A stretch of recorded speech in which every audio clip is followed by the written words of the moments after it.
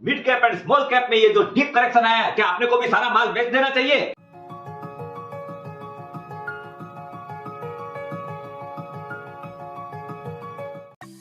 सुप्रभात दोस्तों, आप सभी का एसके फिनोवेट में स्वागत है। दोस्तों, पिछले हफ्ते से mid cap and small cap में एक डीप करेक्शन चल रहा है। मुख्य कारण है दो।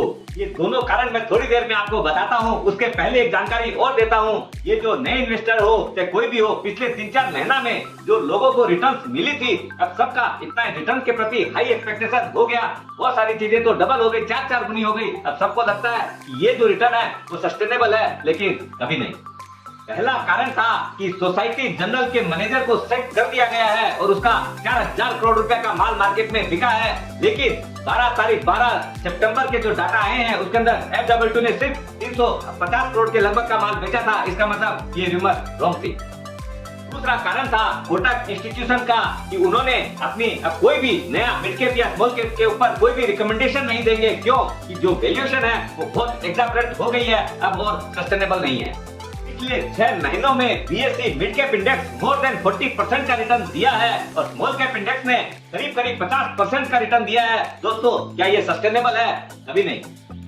अब आदमियों की एक्सपेक्टेशन इतनी ज्यादा हो गई है। मैं 1-2 क्लाइंट से बात हो रही थी, अरे यार इसमें तो अब रिटर्न ही नहीं बन रही है। क्यों? कि सबको अब 2-4 महीना में रुपया डबल चाहिए, हो सके तो 15 दिन में ही हो जाए। लेकिन दोस्तों, ये जो क्रेजीनेस है, ये जो एक्सपेक्टेशन है, कहाँ तक पूरी हो सकती है? अब अपने बात करते हैं इंडिया क्या जो इकोनॉमिक प्रोस्पेक्ट है ग्रोथ का, क्या आपको इसमें कोई डाउट है? कमेंट करके बताइएगा। ये प्रश्न आपसे है।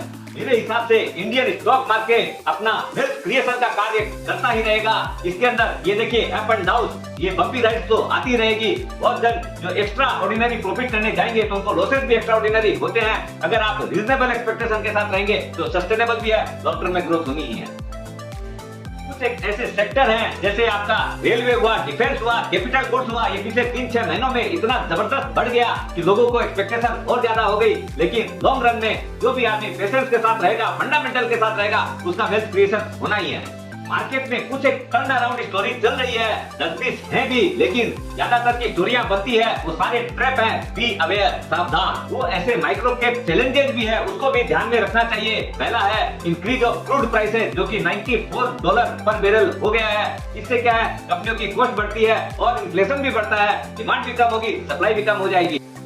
दूसरा है ग्लोबल स्लोडाउन। दोस्तों, अमेरिका है, यूरोप है, चाहे चाइना हो, सभी इसके शिकार बने हुए हैं और इंटरेस्ट रेट बढ़ती ही जा रही है। यूएस में ये 5.5% हो गई है, मोटा मोटी ऑल टाइम हाई के आसपास चल रही है और उनका कहना है कि हो सकता है आगे एक बार और भी बढ़ाए वो लोग ईयर एंड तक।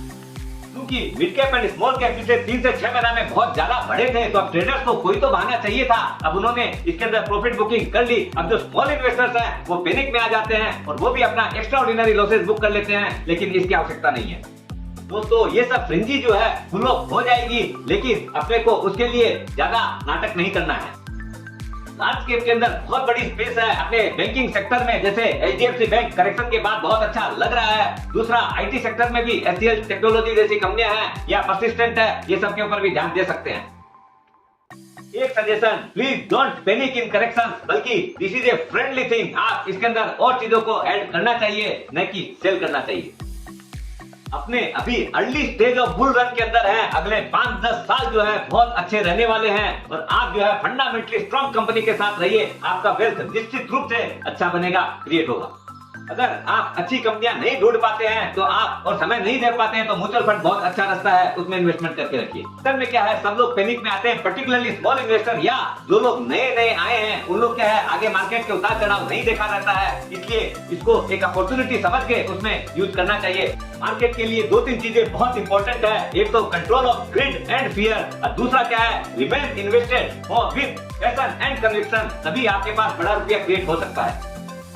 दोस्तों, corrections are part of the stock market journey. स्वस्थ रहो, मस्त रहो और रिमेन स्टे इन्वेस्टेड। पैसा बनना ही है।